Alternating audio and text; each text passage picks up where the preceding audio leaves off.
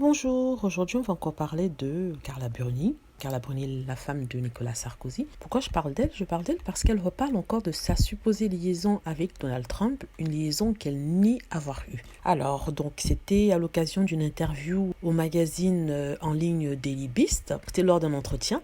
Et durant cet entretien, ils ont évoqué les rumeurs qui lui prêtaient une relation avec le président des États-Unis, Donald Trump. C'est un article qui a été publié le 28 septembre dernier. Et article dans lequel elle a reconnu avoir eu un contact ou avoir déjà été en contact avec celui-ci, et elle dit qu'il n'avait que Dieu pour elle. Donc il était complètement fou d'elle. Rappelons qu'à l'époque, il était toujours marié à Marla Mapple. Donc elle ne précise pas bien comment ils se sont rencontrés, mais elle dit qu'elle est entrée en contact avec lui. Elle disait qu'elle n'était pas intéressée, mais comme elle avait besoin d'un service à l'époque, elle a décidé de lui demander une faveur. Dans les articles, on dit qu'elle lui a tendu un piège, mais bon, je vois pas comment ça peut être un piège. Elle lui a demandé en fait si il pouvait faire en sorte que sa sœur puisse avoir une chambre dans le Plaza Hotel.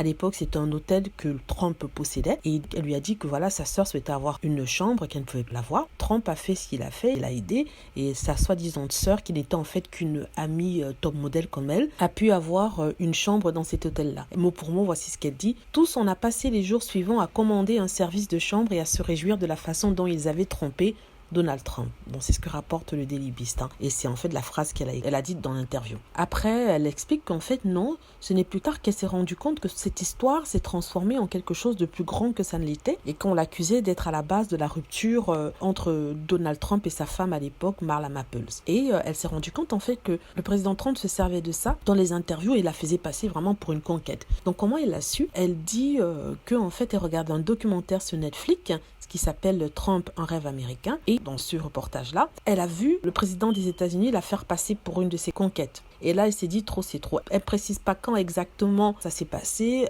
En fait, on n'a pas une idée du temps, de la date à laquelle cette découverte a eu lieu. Et elle explique avoir alors appelé Donald Trump pour mettre les choses au clair. Elle dit, il a tout inventé, alors je lui ai téléphoné, il m'a dit, oh, ça n'a pas d'importance, cela vient des journalistes. Et j'ai dit, c'est faux, nous ne nous sommes jamais vraiment rencontrés, comment cela peut-il venir d'un journaliste? Alors elle dit qu'elle était furieuse, elle dit en fait, c'est une situation vraiment étrange, mais ensuite j'ai réalisé que c'était juste sa façon de fonctionner, c'est ainsi qu'il fonctionne avec tout et avec tout le monde. Donc là, elle dit clairement en fait qu'ils ne se sont jamais vraiment rencontrés, qu'ils se sont parlé et qu'elle lui a juste demandé cette faveur, mais pas grand-chose. Mais je m'interroge dans ce cas, s'ils ne se sont jamais rencontrés, s'ils n'ont vraiment jamais discuté, qu'il n'y avait pas grand-chose, comment il a fait pour avoir son numéro de téléphone? Ça, c'est étrange. Parce qu'elle dit bien qu'elle a contacté Donald Trump.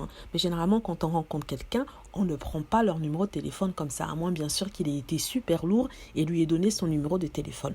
Parce que moi, personnellement, je ne donne pas mon numéro de téléphone à n'importe qui, sauf peut-être aux personnes qui font partie de ma vie ou alors qui ont un quelconque lien avec moi. Donc, c'est étrange. J'ai trouvé la familiarité avec laquelle elle a appelé et parlé un peu étrange. Peut-être c'est comme ça dans le milieu du showbiz. Peut-être ce sont des choses qui arrivent comme ça. Mais bon, ça m'a un peu interpellée. Voilà, j'espère que vous avez aimé la vidéo. Dites-moi ce que vous en pensez. Si mon raisonnement est bon ou sinon pas vraiment. Alors, j'espère que vous avez aimé. N'hésitez pas à cliquer sur la, si c'est le cas, à vous abonner pour plus de vidéos et à cliquer sur la petite